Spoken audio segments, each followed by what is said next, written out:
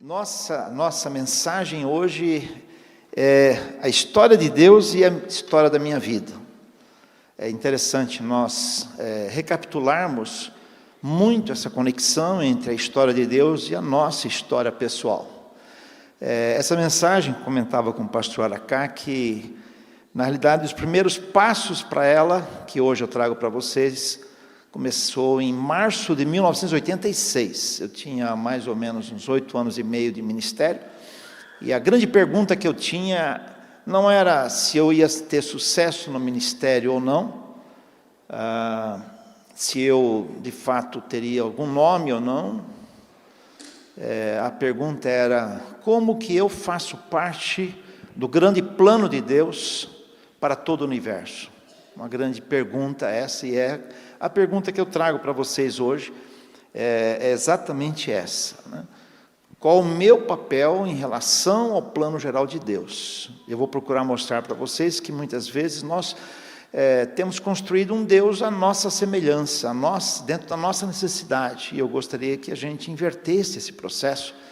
E qual é o meu papel em relação a Deus? Geralmente a gente pergunta qual é o papel de Deus em relação à minha vida, e eu gostaria que nós invertêssemos hoje e procurássemos ver esse grande projeto de Deus para o mundo, porque Ele de fato tem nos convidado a fazer parte desse projeto, né?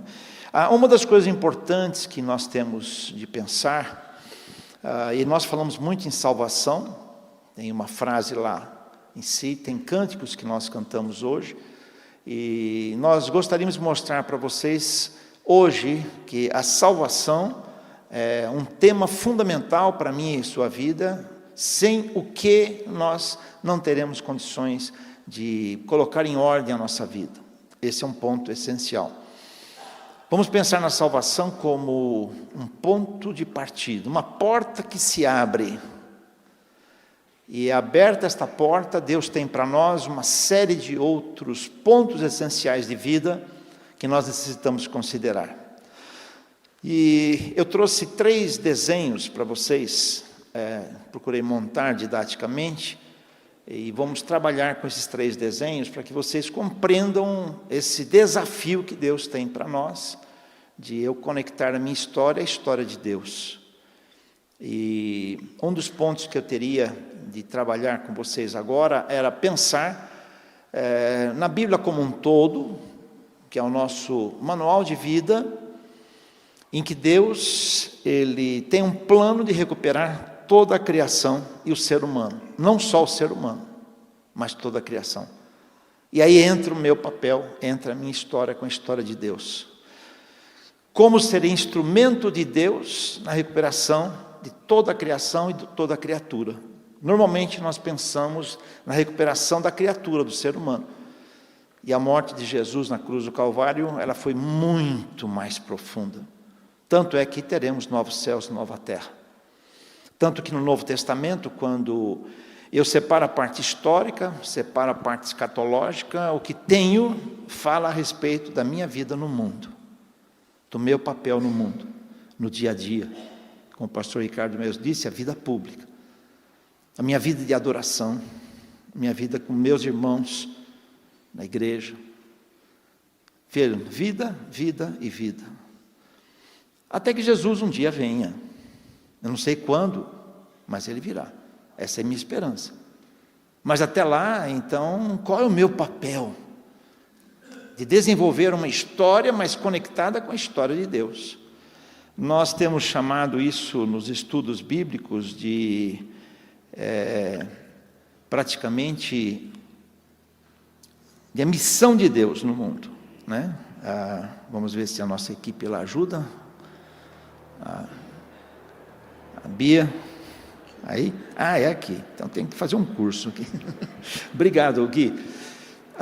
Então, nós temos aí uma expressão interessante, que é nada mais, nada menos do que o plano de Deus para recuperar tudo. E a gente chama isso, uma expressão latina, missio Dei, isto é, a missão de Deus. E estou procurando mostrar para vocês qual é o meu papel nessa missio Dei, nessa missão de Deus. Veja que eu estou invertendo um pouquinho o processo. indo para o Novo Testamento em si. E aí eu vou contar uma história para vocês, que é a história do mundo, que eu comecei a escrever o meu rascunho primeiro, em 1986. Pastor Ricardo, naquela época nós não tínhamos computador, então foi tudo datilografado, desenhado à caneta. Mas vejam só, indo para o Novo Testamento, o que a gente vai descobrir? Nós começamos com a criação, não há como começar diferente. Poderia começar com João 1:1, por exemplo, que antes da criação, nós já temos Deus existindo, a palavra, que veio a ser carne depois, veio se tornar ser humano depois. Então nós temos aí na tela, o que vocês estão vendo, que é o início de tudo. Eu chamo em letra maiúscula, caixa alta e baixa, plano da criação. Quando Deus criou o mundo, Ele tinha um plano desenhado, tanto que Jesus, quando vai tratar do divórcio, Ele diz assim, para aqueles que estavam contendendo com Ele, não era assim no princípio. E aí eu aprendi ao longo da minha história, que se eu quero compreender a minha vida, eu tenho que ir lá em Gênesis 1 e 2, lá é a matriz da criação.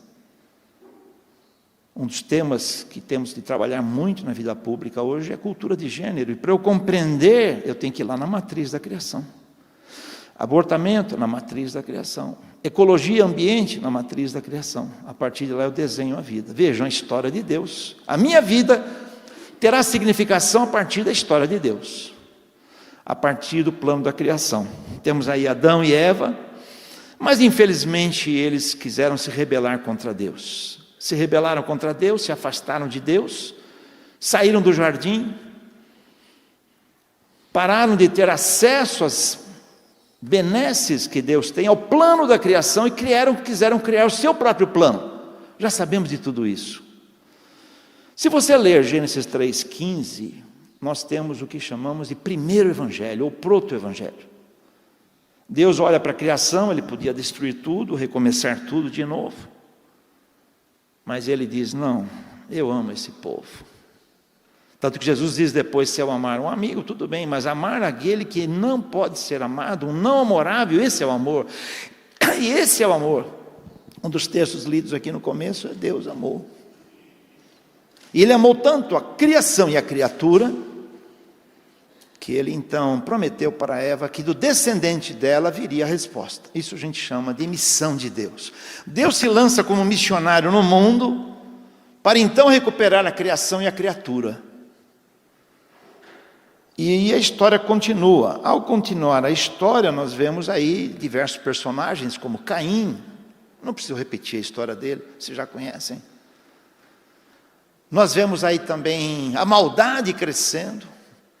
Nimrod, que criou a maldade multiplicada, aliás, cada dia mais, perversidade no mundo, porque não estavam caminhando dentro do plano da criação, dentro do seu próprio plano em si. A história vai continuando e, portanto, vem as nações, vem aí Noé. Vocês conhecem essa história? Vejam, estou tentando só recordar. Temos Noé, temos aí também, além de Noé, temos Nimrod, que criou as grandes cidades. Parece que Deus gosta de pequenos ajuntamentos. Babel. E vocês conhecem a história que Deus então vem e espalha todo o povo. Eles queriam chegar até Deus e volta, mas não era esse o caminho. Deus estava preparando um caminho que seria definitivo para a volta. E esse caminho definitivo era um projeto, o projeto Jesus, seu filho. E aí então vem as nações, o mundo começa a crescer. E Deus então ele trabalha um pouco com Noé e lança as primeiras bases dessa recuperação. E aí ele levanta uma história que você já conhece, que é a história de Abrão. Abrão primeiro, depois Abraão depois. E ele disse para Abraão, naquela época ainda Abrão, que ele seria bênção para todas as nações. O que Deus então queria mostrar para Abraão depois, era que ele teria uma família, e essa família seria um espelho desse plano da criação. Para Deus não tem atalho, gente, volta lá. Quando eu sou salvo, e no período da escola bíblica eu vou mostrar uma outra ilustração para vocês, sempre voltamos para, a partir do início, recuperar a nossa vida.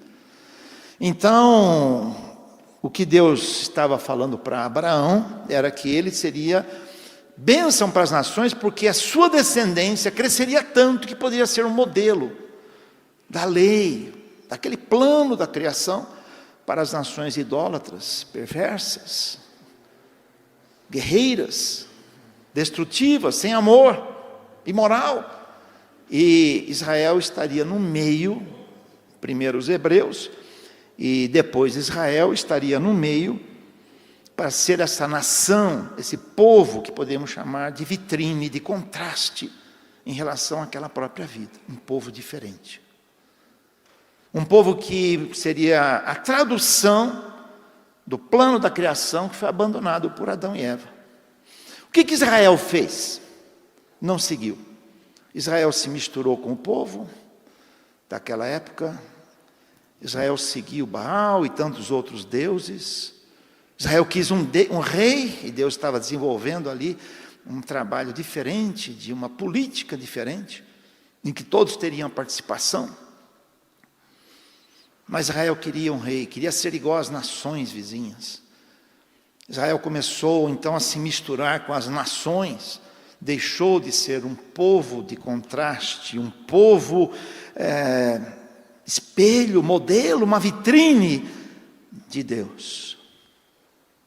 Em 722 a.C., Israel, já do norte, porque havia se separado, Israel do norte e do sul, Israel desapareceu como nação, o povo assírio assumiu aquela região do norte da terra de Israel, destruiu todo o povo, o que sobrou se espalhou pela terra e desapareceu.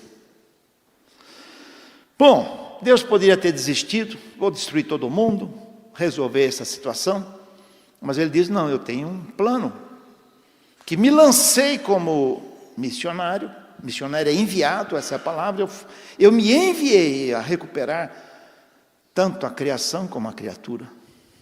Vou continuar. E Deus, ao continuar, Ele então trabalha com a tribo de Judá e Benjamim, ficou mais Judá, de onde viria o Messias. Ele falou, bom, eu tenho lá na frente meu filho, que eu vou mandar para lá, morrer, e esse filho vai vir da tribo de Judá, como os profetas estão prevendo. E aí então veio Judá. Vejo que no desenho lá está amarelinho, espero que seja amarelo, eu sou daltônico, então algumas cores eu não enxergo direito. Então aí o que acontece? Judá, a nação, ela viveu, procurou preservar a palavra de Deus, mas num dado momento, obrigado jovem, num dado momento o que aconteceu? Judá foi no mesmo caminho que Israel, pior, porque se tornou arrogante. Separou-se dos demais povos, aos quais eram considerados gentios, nações rebeldes, e começou a vir a grande luta de Judá contra essas nações, em vez dela ser o quê? Modelo, espelho, um povo de contraste, trazendo lá os ideais do plano da criação, como com a lei em si, mas não fez isso. Em 586 a.C., Nabucodonosor vem, invade Judá, destrói o templo de Jerusalém e leva esse povo cativo para a Babilônia. Então essa nação não cumpre o seu papel. Bom, mas como Deus disse que de Judá viria, da raiz de Jessé, viria o seu filho, se encarnaria em ser humano, continuando Deus, e traria a salvação. O que aconteceu? Deus toca no coração de Ciro, um outro rei, e permite a volta de uma grande leva de judeus para reconstruir a nação, reconstruir Jerusalém. 2 nomes que lembramos, vocês se lembram? Neemias e Esdras. Eles retornam. E ao retornarem, então, agora vem o dilema com a história andando ali, naquele período que chamamos de período intertestamentário, os 400 anos. Os romanos assumem o poder, começam a oprimir o povo em si, o povo quer a libertação, só que eles lembram que os profetas já estavam falando que viria um Messias libertador. E eles queriam um Messias libertador. ao querer um Messias libertador, quando Jesus vem, eles não só rejeitam Jesus, mas crucificam a Jesus. Jesus, Deus e ser humano, Deus homem, ressuscita em si. E ao Jesus ressuscitar, ele então chama os seus discípulos e aí ele institui a igreja. E é o verde que está aí no nosso desenho. Ao instituir a igreja, Paulo vai explicar porque continua o processo de trazer libertação a todas as nações. E isso significaria não só aos judeus, mas aos judeus e aos gentios também. Paulo, em Efésios capítulo 2, Romanos 8, 9 a 11, mostra que dos dois povos, Deus fez um só. E aí tem todo um processo do Evangelho alcançando os diversos povos. Jesus diz em Atos 1:8, recebereis poder ao descer sobre vós o Espírito Santo, e vocês serão minhas testemunhas. Aonde? Jerusalém, Judeia, Samaria. Eles só entenderam isso, esqueceram até os confins da terra, porque a cada passagem de um novo povo, uma nova etnia, ao ser alcançado o Evangelho, havia uma reação da igreja cristã primitiva.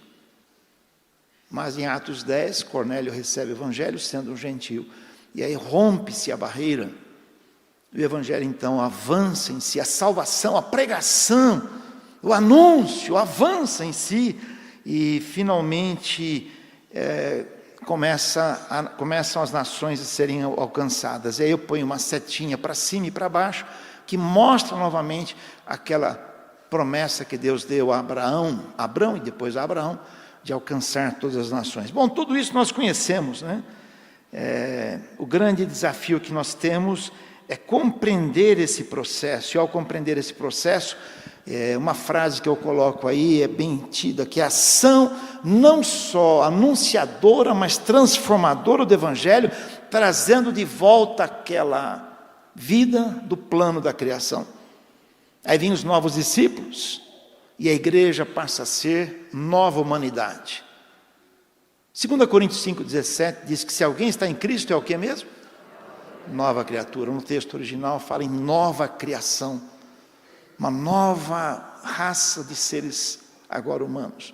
Vemos que Paulo, em 1 Coríntios 15, ele fala de uma maneira bem interessante. Ele fala no primeiro Adão, que era Adão, lá do Éden, e era o primeiro homem, no texto original, é ser humano, a primeira raça humana. Depois ele fala que Jesus é o segundo homem, é a segunda raça humana. Só que ele diz que Jesus não é o segundo Adão, ele diz que é o último Adão.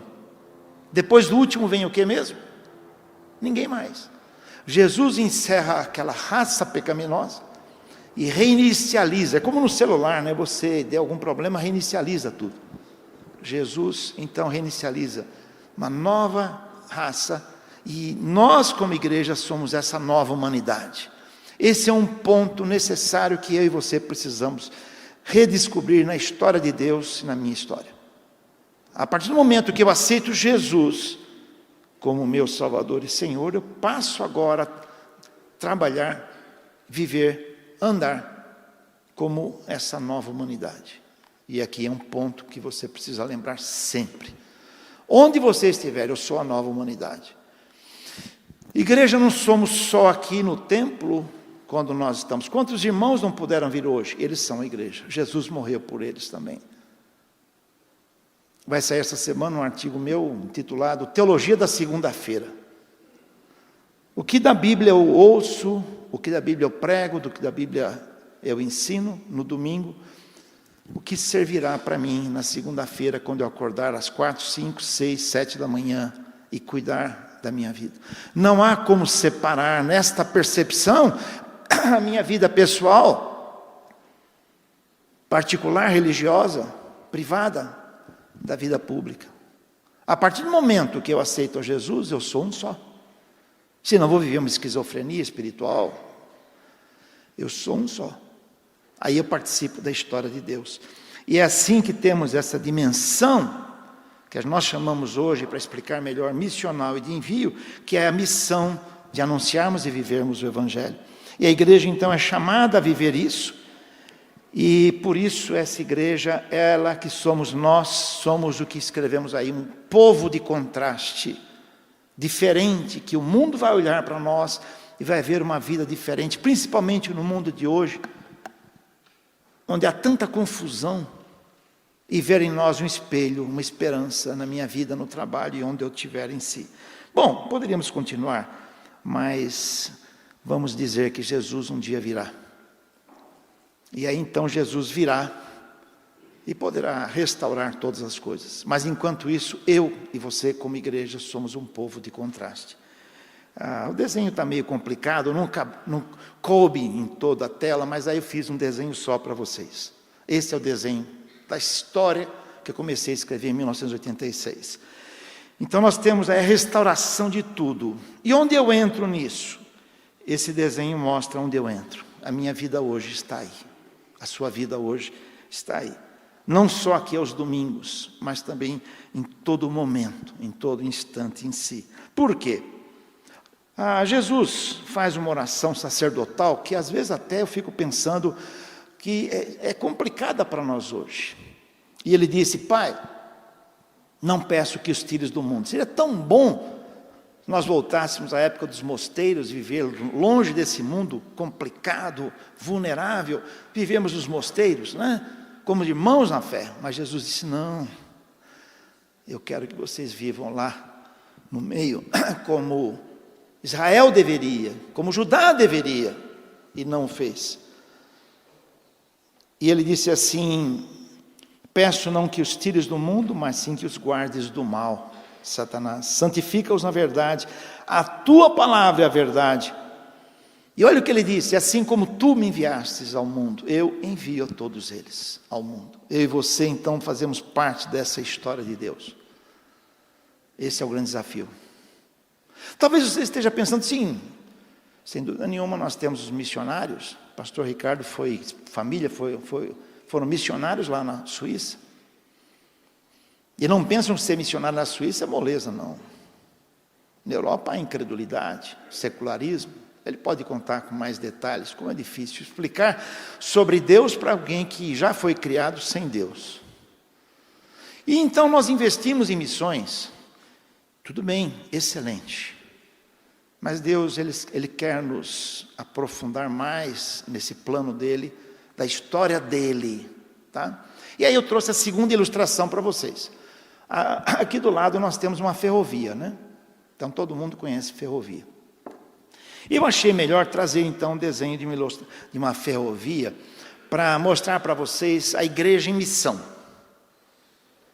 Aí você fala: bom, nós já contribuímos para a missão. Ótimo, excelente. Continue mais e mais ainda, despertando até mais vocacionados para isso. Mas eu gostaria de desafiar você a participar da história de Deus. Aí está o trilho. Aí estão os trilhos, os dormentes, a base, né? E o trem eu diria que é a igreja em si. Quando eu falo em igreja, eu estou falando em eu e você. O templo é uma estrutura que nos abriga. Às vezes os lares, não tem problema, mas Jesus morreu por mim e por você. Quando eu falo igreja, eu estou falando do meu CPF e do seu CPF. Tá? E aí, nesse caso, o que nós precisamos para fazer a igreja funcionar? Como lá no começo, lá no cristianismo primitivo, é a mesma coisa. Precisamos ter, então, estrutura mínima que tem. Precisamos. Se você fizer um desenho no Novo Testamento, você vai ver que tinha aquela igreja primitiva em diversos lugares, uma estrutura mínima. Tinha um planejamento? Tinha. Às vezes era um pouco rudimentar, mas tinha. Paulo foi visitar as cidades das igrejas que ele tinha organizado. Ele tinha um trabalho, um planejamento, tinha que trabalhar inclusive com as pressões e opressões, em resolver situações, tinham atividades e tinham eventos. Lá e aqui é preciso, não há necessidade de eu pensar contra isso, é necessário que eu compreenda que para tudo funcionar, precisa ter uma ordem. 1 Coríntios 14 diz: Deus não é Deus de confusão, precisa ter planejamento, atividades e eventos. Isso é necessário. E aí, então, nós podemos caminhar um pouquinho mais e chegar à seguinte conclusão, que nós, então, somos como que defensores da proclamação. Então, nós praticamente trabalhamos com a percepção da missão do anúncio. No texto original, falamos de querigma, ou pregação. E nós investimos nisso. Anúncio das boas novas, onde ainda não chegaram, quantos países vieram.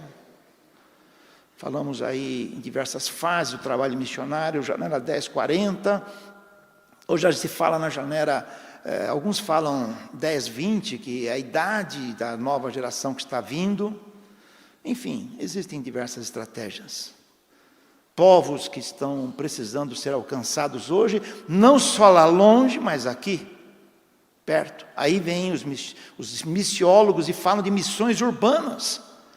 Então aí a questão não é só uma questão de atravessar a água salgada, atravessar o mar. Muitas vezes o trabalho missionário também é aqui. Aqui, lá longe, em todo lugar onde Jesus não foi ainda anunciado. Isso temos feito e tem sido interessante. Feito pouco, precisamos fazer mais. Investir mais nesse trabalho. Nós precisamos cada dia mais despertar evangelistas, missionários, vocacionados, investir na formação deles, no mundo complicado hoje, em que é necessário capacitar o vocacionado no campo de evangelização, missões, na área social, não só para fazer o trabalho, mas para compreender esse mundo e poder apresentar o evangelho eficaz. É necessário. Só que quando eu viro as páginas do Novo Testamento, eu descubro que os desafios que Deus tem para mim e para vocês, e aqui como igreja, muito maiores do que esse. A minha vida como cristão não é me restringir apenas a 7 dias da semana, a 6 dias da semana na minha vida e 1 dia da semana, para estar com o povo de Deus, em festa e alegria, tão importante e necessária. Aí eu me lembrei de um personagem que só aparece uma vez no Novo Testamento. Ele era tão pequeno, mas tão grande. Quem que era? Zaqueu, pequeno, né? A gente aprende na infância. E Zaqueu desce depressa. E Jesus disse que queria estar com ele. Ele pega um WhatsApp, manda para a esposa, rapidinho, né? Prepara aí a comida aí para nós, um lanche aí. Corre lá no mercado. E a esposa prepara tudo, ele chega. Quando ele ouve o evangelho, o que ele fala? Jesus, onde é que você vai se reunir? Eu quero me reunir contigo. Quero fazer parte da tua etiqueta. Foi isso que ele disse? Qual foi a primeira palavra que ele disse ao se render a Jesus? Eu vou pagar tantas vezes mais se eu prejudiquei alguém. Isso mostra o quê? Transformação de vida imediata. Transformação de vida. Jesus o acolheu com vistas à transformação de vida. Isso me leva a compreender um pouquinho mais esse processo. E eu vou voltar a falar sobre a missão de Deus. A missão de Deus deve ser a base. Estão vendo ali, hoje já não é mais pedras e tal, hoje é concreto em muitas ferrovias. Mas é a base, a partir da qual devo construir tudo. Meu projeto igreja, minha estrutura, meu planejamento, minhas atividades, meu orçamento, é a partir dessa história de Deus. E Deus quer que nós anunciemos o evangelho, com certeza. Mas mais do que isso, muito mais do que isso, que nós venhamos a desenvolver uma vida transformada. E aí entra a missão da presença. E esse é o desafio que temos hoje no mundo, é a presença nossa no mundo, o direito de ganharmos, reconquistarmos, o direito de sermos ouvidos. Nós vivemos num país dividido, meus irmãos, minhas irmãs, em que perdemos o direito de estar presentes e falar, e anunciar respostas bíblicas aos dilemas da nossa nação, que são gravíssimos. E aí eu disse o seguinte: cristãos na vida pública atuando como tradução do reino de Deus, uma ética responsiva onde eu vou viver nesse mundo, amizade e generosidade, sendo sal, luz e embaixadores do reino. Lá onde eu vivo, lá onde eu estou. Perceberam? Eis aí o grande desafio que eu tenho. Ser cristão um dia da semana não é difícil, é até gostoso estar em festa com os irmãos. A coisa pega a partir da segunda-feira, na minha vida e na sua vida. E num país ainda complicado. Na minha igreja, domingo, somos membros da Igreja Batista do Cambuí, em Campinas, o meu pastor pediu para eu falar como ser ético e cristão ao mesmo tempo, e brasileiro. Num país do jeitinho, como é difícil. Porque aí eu serei espelho, aí eu serei tradução do Evangelho lá no meio ambiente em que eu estarei. Perceberam? Eis aí o grande desafio. O Evangelho, além de ser pregado, anunciado, ele há de ser vivido como resultado do seu poder de transformação na minha vida, na sua vida. E aí entra um outro lado que nem sempre lembramos, que é a missão da presença nossa no mundo.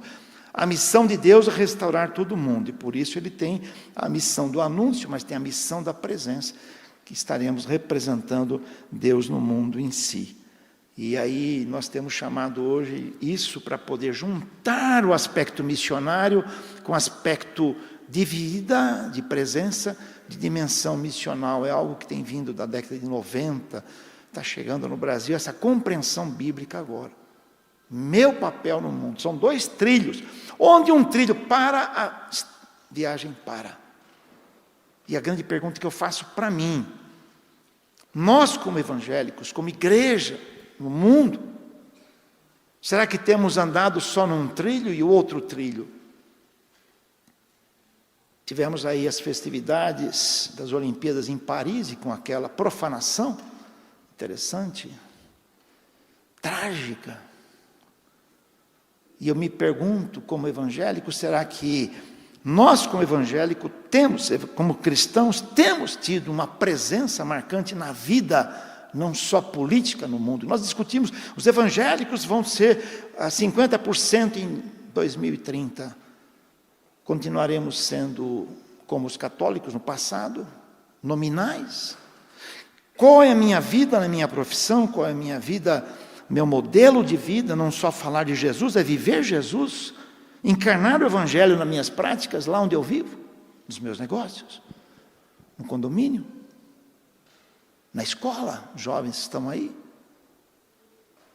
Então é necessário que eu venha compreender isso, que envolve, eu sou enviado ao mundo. Os missionários são, mas eu também sou. Você também é enviado ao mundo, enviada ao mundo, para ali representar a história de Deus. E a minha história, então, passa a ter significação a partir do momento que ela é conectada com a história de Deus, lá onde eu vivo, na vida pública, no dia a dia. A partir de amanhã, a hora que você acordar. E aí, então, eu vou perceber que eu tenho dons, que eu tenho talentos, minha profissão. Ao exercer minha profissão, a exercerei da melhor maneira possível. Tem algumas profissões mais insalubres. Há poucos dias eu estava em Curitiba falando a Nanajuri sobre bioética. E a Nanajuri é uma associação que reúne juristas evangélicos. E a grande pergunta que eu fiz ali para eles é, olha, não sei, vocês têm que me ensinar. Como ser cristão e advogado criminalista ao mesmo tempo? Gente, é difícil. Eu tive lá um jovem advogado que veio conversar comigo, e pastor, eu não consigo, professor, eu não consigo, é difícil. Eu estou apanhando. Eu falei, bom, você vai ter que reduzir os ganhos, porque você vai ter que pegar algumas causas em que você não precisa criar testemunhas, em que você tem que falar a verdade. Um dia eu perguntei a um advogado criminalista, muito amigo e um dos melhores no Brasil, eu falei, cristão, o camarada chega lá e fala para você, olha, eu matei a minha esposa. Ele disse, quem que disse que você matou? Tudo bem, eu não estou reclamando aqui contra os advogados criminalistas, estou dizendo que o cristão que é advogado criminalista sofre muito. Mas não é só ele que sofre. Um exemplo que eu tenho de um médico amigo, cristão, ele disse para mim, olha, professor, eu estava lá em casa e o chefe clínico me liga e diz, olha, você não tem feito muitas cirurgias. Ele responde, sim, os pacientes não precisam. E o chefe clínico do hospital diz, pois é, mas você tem que cumprir metas. mercantilização do corpo. Como é que eu ajudo esse médico cristão a ser cristão? Tradução de Deus lá no trabalho dele. Como é que eu ajudo um motorista de Uber? Como é que eu ajudo um profissional quase qualquer? No mundo de hoje é difícil. Ser cristão no mundo é viver uma vida insalubre. O último versículo que eu vou citar para vocês diz isso. Nesse sentido, o que acontece? Essa ilustração é assim, a dimensão missional nos envolvendo os missionários, os pregadores, evangelistas, mas envolvendo a mim como enviado ao mundo. Deus enviou você lá onde você vive, entre os vizinhos, lá no emprego, lá na faculdade. E lá você ser a tradução da história de Deus, a tradução do plano da criação. Olha a palavra igreja lá em cima, está sozinha, né? Olha agora, é igreja em missão, comunidade, povo de contraste, vitrine, tradução do reino de Deus diante do mundo. Estou agora vivendo a missio Dei, isto é, estou vivendo a missão de Deus. É interessante que você pode compreender isso, pode usar o nome que você quiser, nós tentamos enriquecer isso com essa palavra missional. Missional é alguém que é enviado em si, seja missionário ou não, em que Deus vai ser visto através da sua vida. Jesus, em João 14:9, ele diz: quem me vê a mim, quem me vê a mim, vê o Pai. Em outras palavras, nessa missão da presença, quem me vê a mim, lá onde eu estiver, eu já citei, emprego, escola, etc., entre os vizinhos, tem o papel de ver Deus. Eu sou a tradução de Deus, eu sou o espelho de Deus. Eu sou aquilo que o mundo pode conhecer de Deus. E aí, eu peço que você já comece a meditar, fazer uma reflexão, fazer um balanço da sua vida, para saber que Deus estão vendo lá onde você vive, no seu lar, lá dentro do seu lar, fora do seu lar, onde você vive. Que Deus? É para pensar, porque foi para isso que eu fui chamado. Ah, quer dizer que eu não vou ser salvo? Sim, 1 Coríntios capítulo 3 mostra qual é o fundamento que eu estou construindo, se é sólido, se eu construo ali uma casa de madeira, feno, palha, ouro, pedra preciosa. Não vou perder a salvação? Não, eu não fui salvo pelas obras. Contudo, se a minha vida não espelha Deus, serei salvo como que pelo fogo. Para os seminaristas lá, a gente dizia assim, vai chegar no céu cheirando toicinho defumado, mas chega. Né? Na realidade, essa é a minha vida, essa é a sua. Ah, mas eu frequento a igreja aos domingos. Bom, em primeiro lugar, você é a igreja. Onde você estiver. E você frequenta onde o povo está reunido e você ali vive a melhor maneira possível. Ali é a festa do povo de Deus, a adoração, um servir ao outro. É para isso que existimos como igreja, aqui como igreja, mas lá fora como igreja, onde eu estiver. Esse é meu papel, de representar a minha igreja, o meu povo, representar Deus, onde eu estiver em si.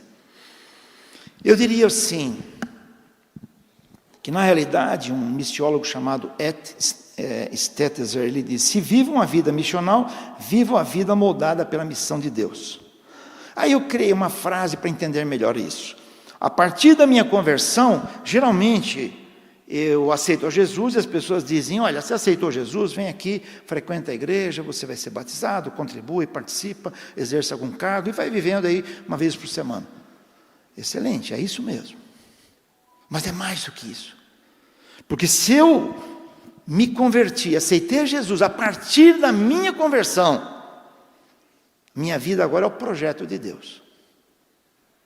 É o projeto que a gente fala da Missio Dei. Eu me entrego como ferramenta de Deus. Como médico, dentista, motorista, operário, dona de casa. Me entrego como ferramenta para que Ele, em sua missão de restaurar toda a criação e a criatura, me tenha como seu instrumento. Me tenha como seu instrumento nesse processo. E a minha última ilustração para vocês, o último desenho, é a mão. Eu sou a mão de Deus onde eu estiver. Quem me vê a mim, ver o Pai. Irmão, nós temos todos aí, a não ser uma pessoa que tem alguma dificuldade ortopédica, todos temos funcionado. Então, é fácil usar esse exemplo. É a minha agenda diária de cada cristão. E aí eu começo com o primeiro dedo. Qual é o primeiro dedo? Querigma, pregação. Eu, você, missionários, somos chamados para sermos testemunhas da verdade de Deus, do plano da criação que foi abandonado. Se é um missionário, ele vai ser objetivo, um evangelista vai ser objetivo, levar as pessoas a Jesus. Se eu não tenho o dom de missionário ou apóstolo, como temos no Novo Testamento, ou não tenho o dom de evangelista, Jesus me chama a ser testemunha. Não posso deixar de falar daquilo que tenho visto e ouvido. Eu era cego e agora vejo. As pessoas se sentirão atraídas pela minha vida. Percebem? Esse é o ponto essencial que eu tenho de pensar. Então vem aí nada mais, nada menos do que o querigma, a pregação, missão do envio, missão do anúncio em si. Mas não para aí, porque agora o que vai acontecer?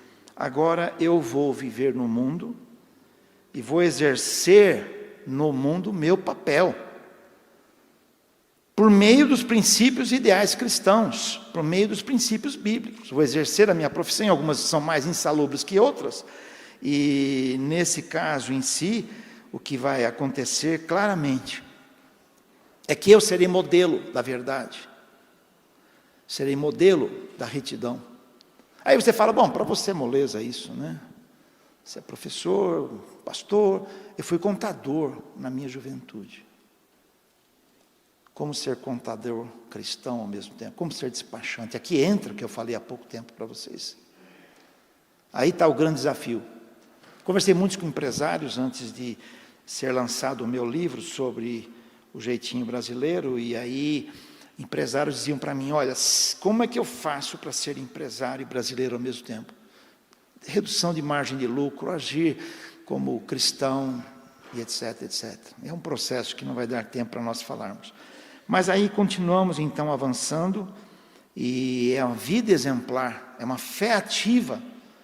Mais do que isso ainda, nós precisamos compreender que a nossa ética há de ser responsiva no mundo, minha ação, a contracultura no mundo.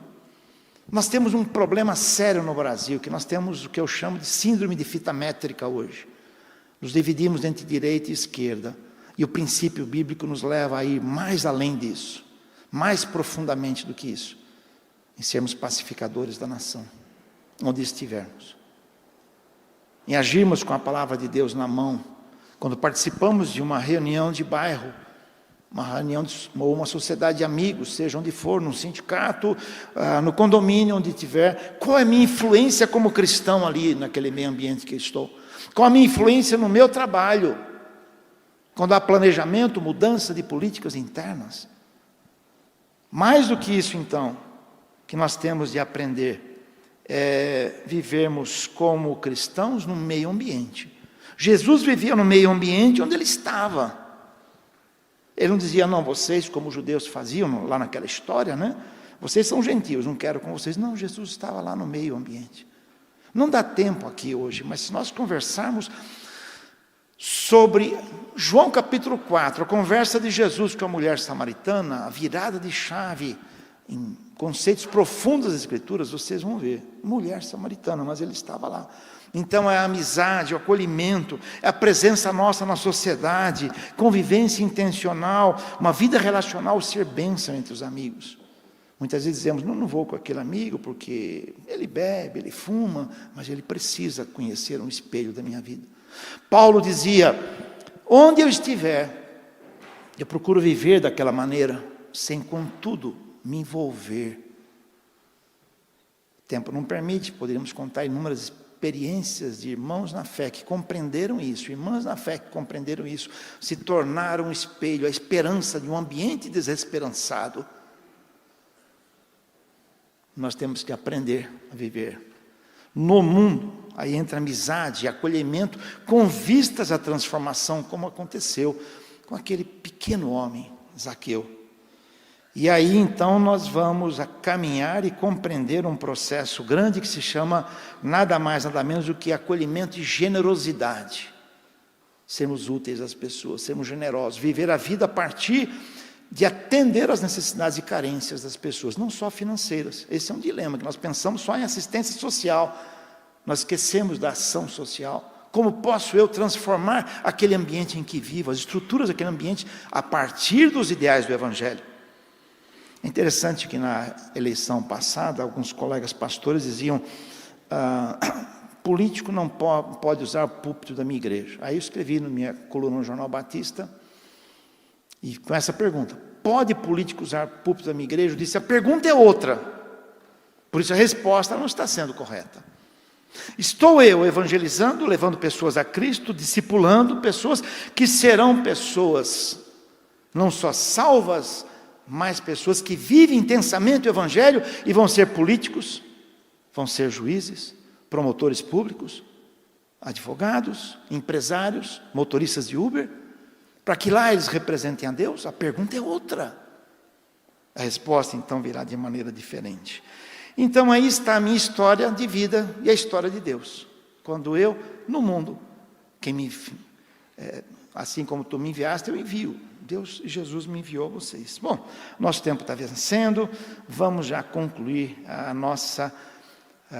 nosso desafio aqui para vocês. Jesus dizia a todos, se alguém quiser vir após mim, negue-se a si mesmo, e cada dia, cristianismo é tempo integral, não é só um dia da semana, tempo integral, onde eu estiver. Nós somos a vitrine de Deus, das boas novas, para um mundo sem Cristo. Então, quais são os desafios para nós hoje como igreja? O papel essencial da igreja não é meramente agregar mais gente para o trabalho interno, não é apenas esse, mas formar discípulos para atuarem no mundo e ganharem o direito de serem ouvidos. Mais do que isso, formar crentes não apenas para trabalhar e viver a dinâmica interna da igreja.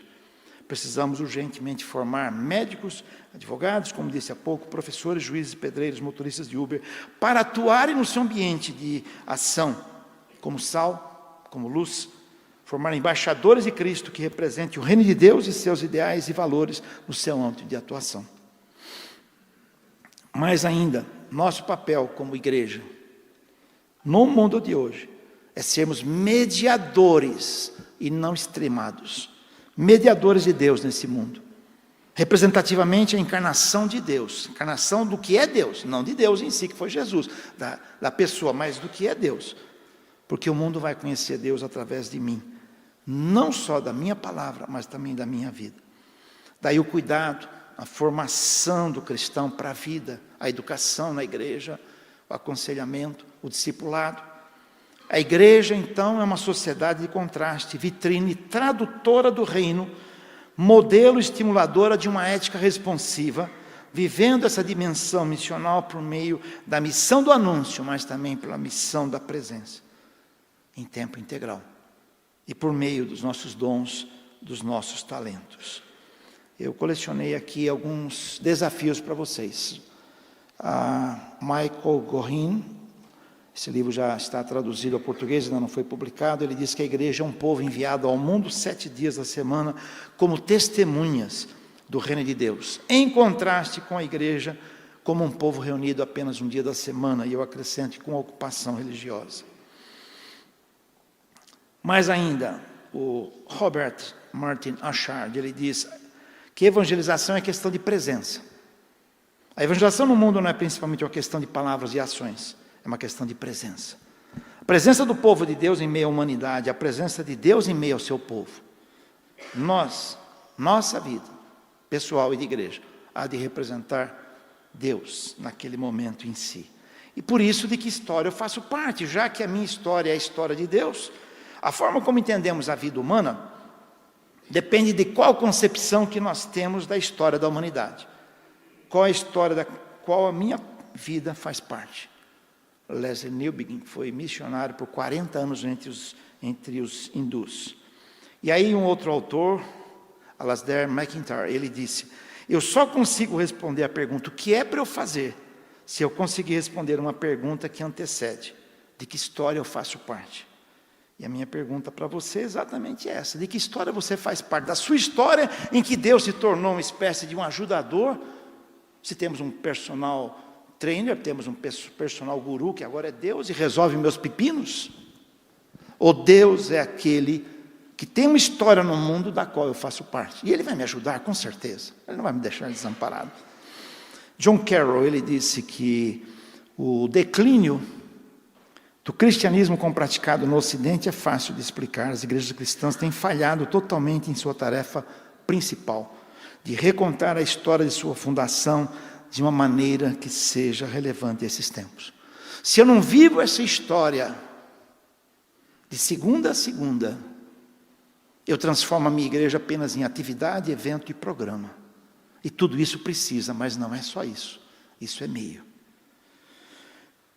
Vou encerrando com uma palavra de John Stott, famoso John Stott. Ele disse: não devemos perguntar o que está acontecendo com o mundo. Esse diagnóstico já foi feito.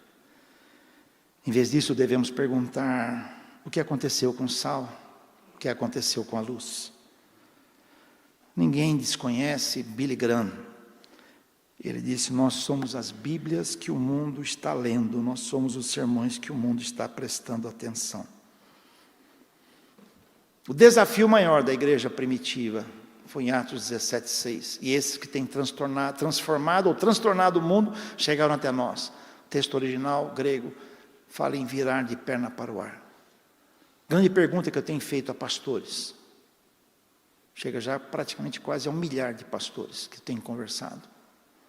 Se nós evangélicos tivéssemos agido como essa igreja cristã primitiva, teríamos um país como temos hoje, repleto de corrupção, imoralidade, secularismo, desprezo, violência. Esse é meu papel e seu, de estar presente no mundo. Prometi para vocês ler um texto bíblico para encerrar.